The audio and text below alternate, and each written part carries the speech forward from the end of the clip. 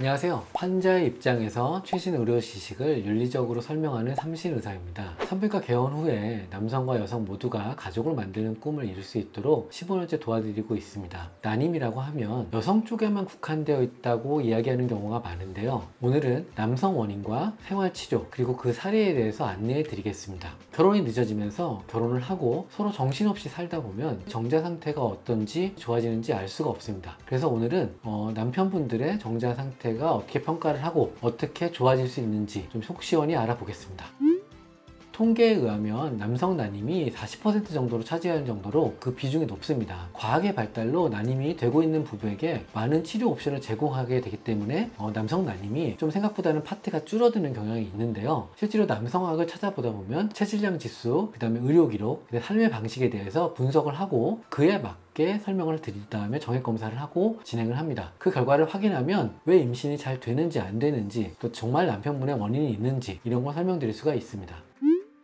먼저 정액검사입니다. 진료를 하다 보면 전화가 와요. 저 정액검사 하려고 하는데요. 아니면 당일날 오셔서 얘기하시죠. 모든 거에는 최적의 검사 시기가 있어요. 우리가 보통 알고 계신 것들이 간 기능 검사는 금식을 해야 된다 이렇게 알고 계시잖아요. 그런 것처럼 정액검사는 미리 전화를 주시고 주의사항을 좀 들으셔야 돼요. 금욕기간을 3일 이상 가져야 되고 또 너무 관계를 안 하셔도 문제가 될 수 있습니다. 이런 내용들을 설명을 드리고요. 보통 정액검사를 하면요, 양을 봅니다. 최근에 그 기준이 바뀌었어요. 그래서 정자양이 1.5cc에서 1.4cc로 정액의 양이 바뀌었고요. 운동성과 형태학, 그 다음에 전체 정자수, 전진 운동성 이런 것까지 같이 보고요. 정상 정액검사에서 정자는 최소 4천만 마리 이상이 되어야 된다고 말씀을 드리고 있습니다. 예전에 한번 핸드폰이라는 영화가 있었어요. 거기서 이제 그 임신이 잘 안 되시는 거예요. 그래서 계속 고민을 하다 비뇨기과 갔는데 비뇨기과 선생님이 정액검사 딱 보고 한마디 합니다. 이 정도 숫자는 임신 안 돼. 바로 얘기를 하죠. 그 기준이 4천만 마리라고 보시면 됩니다.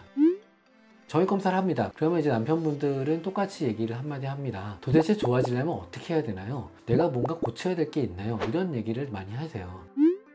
제일 많이 영향을 주는 건 흡연입니다. 이건 명백해요. 아내분도 마찬가지고 남편분도 마찬가지고 흡연이 가장 많이 영향을 줍니다. 또 나오는 말이 있죠. 저는 전자담배인데요. 전자담배도 거의 비슷한 정도로 효과를 줍니다. 이게 그냥 흡연이 안 좋아요. 그러면 사실 흡연을 계속 하세요. 보면. 그래서 설명을 드리면 흡연은 고안에서 정자가 만들어지고 생산 과정을 거칠 때 정자에 산화 스트레스라는 걸 줘요. 잘하고 있는데 뭔가 영향을 많이 주는 거죠. 그로 인하면 DNA 손상이 생기고 운동성에 영향을 주고 또 몇몇 정자들은 죽을 수도 있어서 난자의 수정 확률을 많이 낮춥니다. 그 다음 질문이 이제 흡연 중으로 정자 정액 검사를 받았는데 평균치 혹은 평균치 이상으로 임신 이상이 없을 때 담배를 꼭 끊어야 하나요? 이런 경우는요, 아이 가질 때까지만이라도 좀 중단하시라고 설명을 드려요. 에피제네틱스라고 해서 남편분의 생활 패턴이 정자에 그대로 녹아 들어가요. 그러니까 정자 수가 많고 수정이 잘 된다고 하지만 그거 자체가 태어나서 아이의 성향에도 영향을 줄 수 있기 때문에 가능하면 몸도 마음도 경건하게 갖기 위해서 흡연은 안 하시는 게 좋다고 저는 설명드립니다.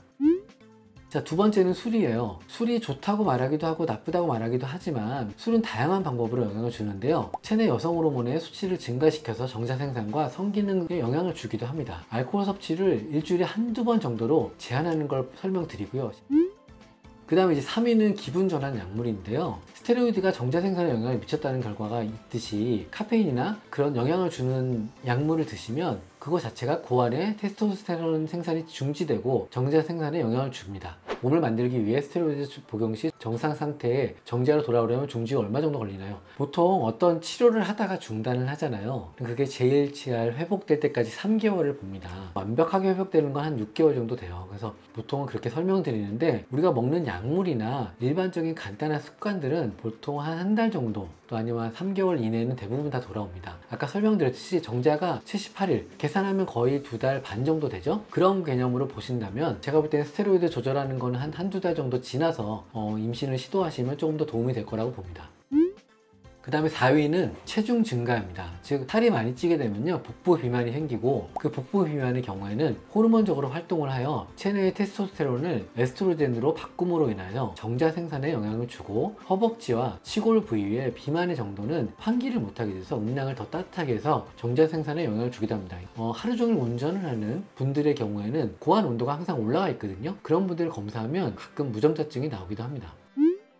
그 다음에 5위는 안 좋은 식습관인데요. 우리는 좋은 식사가 정자에 좋은 영향을 준다고 알고 있고요. 항산화 물질과 에센셜 오일이 풍부한 지중해식 식단이 좋다는 걸 알고 있어요. 어떤 음식을 먹으면 정자 생성에 악영향을 미치나요? 제일 쉬워요. 자연 음식들을 먹을 때는 되게 영향을 주지 않습니다. 또 로컬 푸드를 먹을 때는 영향을 주지 않습니다. 그 다음에 이제 6인데요. 의학적 상태 및 과거력이 있는데요.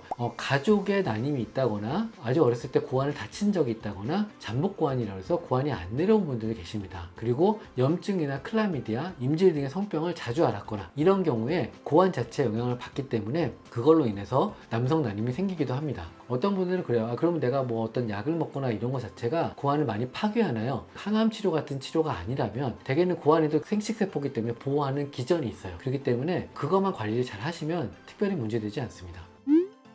자, 7입니다. 급성 바이러스 질환인데요. 이건 내가 모르고 지나갈 수도 있어요. 그래서 심한 감기나 유행성 이하선염 등은 체온을 상승시키고 정자 생산을 감소시킵니다. 효과는 보통 70일에서 90일까지 지속됩니다. 8위입니다. 화학적 동성인데요. 이게 특정 산업 종사자들의 경우에 안 좋은 화학물질에 노출되게 되는데 흡입이나 피부 접촉, 흡수 등의 화학물질이 정자 생산에 안 좋은 영향을 줍니다. 내가 뭐 인테리어업을 한다거나 아니면 특정 냄새를 많이 맡는 어떤 페인트업에 종사를 한다거나 이럴 때는 마스크를 꼭 쓰시고 휘발성 물질이 내 폐에 안 들어가게 하는 게 굉장히 중요합니다. 9위는 남자의 나이인데요. 최근 연구에 따르면 나이가 들면서 남성의 가입력이 감소하고 유전적 조건이 안 좋아질 수 있습니다. 그래서 정자를 동결하기도 하는데요. 내가 만약에 당장 어떤 치료를 하거나 이후에 아이를 갖는다면 정자를 얼려놓는 경우도 꽤 있습니다. 10위는요. 관계가 잘 안 되는 경우예요. 즉 성적 흥분이 잘 안 돼서 관계가 어렵거나 이런 경우입니다. 이런 경우는 반대인 경우도 많아요. 아내분들이 성관계를 거부하거나 어려워하는 경우도 있죠. 이럴 때는 정말 그 두 분이 같이 치료를 받으시고 상의를 하시거나 아이의 보조 생식수를 가는 게 유리하기도 합니다. 이상의 내용은 아이를 가지려고 할 때 모두가 중요한 내용이고요. 실제로 1위부터 10위까지 정자 상태 얘기를 드렸지만 이거를 관리 잘하면 남성성에 대해서도 즉 남편분들의 건강에 대해서도 굉장히 중요한 역할을 한다고 저는 생각합니다.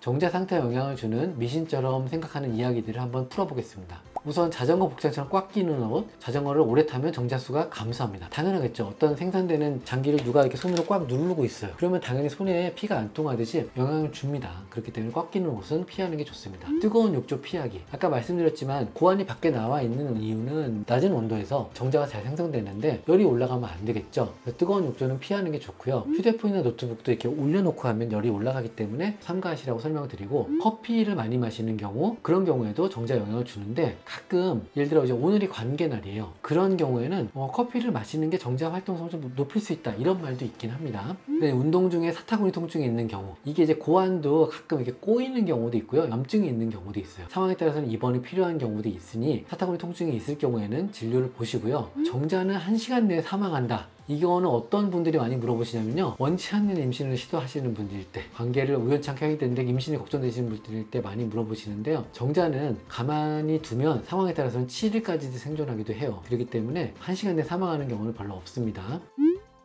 자, 다음은 이제 그 난임병을 설명드릴 수 있는 내용들을 한번 설명드려 볼까 합니다. 우선 정자수는 몰리거나 정자질을 좋게 하는 건 앞에서 설명을 한번 드렸고요. 정자는 그러면 기형정자가 어떤 것들이 있는가? 정자는 원래 콩나물처럼 이렇게 동그랗고 꼬리가 길어야 돼요. 그래서 헤엄쳐서 난자에 수정을 하게 되는 거죠. 머리가 너무 크거나 머리가 너무 작거나 머리가 없거나 머리가 2개인 거나 또 정자 자체에 DNA 손상이 있는 경우가 있습니다. 그래서 식사는 보통 탄수화물, 지방, 단백질 골고루 드시라고 설명을 드리고요. 보조제는 비타민 C나 E, L-카르니틴, 엽산, 코엔자임 Q10, 아연, 셀레늄, N-아세틸시스테인 등을 권장합니다. 운동은 일주일에 2번에서 3번 정도 15분 정도씩 하시는 걸 권장드리고요. 건강한 신체가 있으면 당연히 건강한 정자가 있다고 보시면 되고요. 그리고 간혹 상황에 따라서 고환의 초음파 소견을 보기도 하는데요. 음낭 내에 확장된 정맥 내부의 온도가 올라가는 경우가 있어요. 그런 경우 이제 클립으로 작게 치료를 하면 혈액이 역류되지 않고 정자 상태가 좋아지기도 합니다. 이런 치료로도 잘 수정이 안 될 경우에는 인공 수정이나 미세 수정, 또 시험관 아기를 통해서 임신을 시도하게 됩니다. 무정자증도 진단이 있어요. 그래서 원인들이 있어요. 어떤 원인이 있느냐에 따라서 다르죠. 막혀 있는 거면 뚫어주면 되는 거고, 즉 정관이 나오는 관이 막혀 있으면 뚫어주면 되는 거고요. 어떤 호르몬이 안 좋다 그러면 그 호르몬을 보완하는 치료가 있어요. 근데 실제로 요즘에는 보조생식술이 발달을 해서 그런 경우에 직접 정자를 꺼내서 수정을 시키면 되기 때문에 무정자증이 진단이 됐으면 우선 내가 염색체적으로 이상이 없는지, 호르몬적으로 내 고환이 정상인지, 여성으로 말하면 폐경인지 아니지 않은 거예요. 그걸 확인하고 그거에 맞게 치료를 하면 됩니다. 그 다음에 정자 상태에서 유전적 질환이 있는데요. 한 개 이상의 유전적 코드 이상이 있는 경우가 있어요. 남자는 XY, 여자는 XX인데 XXY인 분들이 계세요. 또 그리고 칼만 신드롬을 해서 냄새를 잘 못 맡는 경우, 이런 경우에는 난임이 되기 때문에 계속 무정자증일 경우에는 이런 유전적 질환을 확인하기도 합니다. 간혹 일부는 무정자증의 경우도 치료가 되고 되돌릴 수도 있습니다.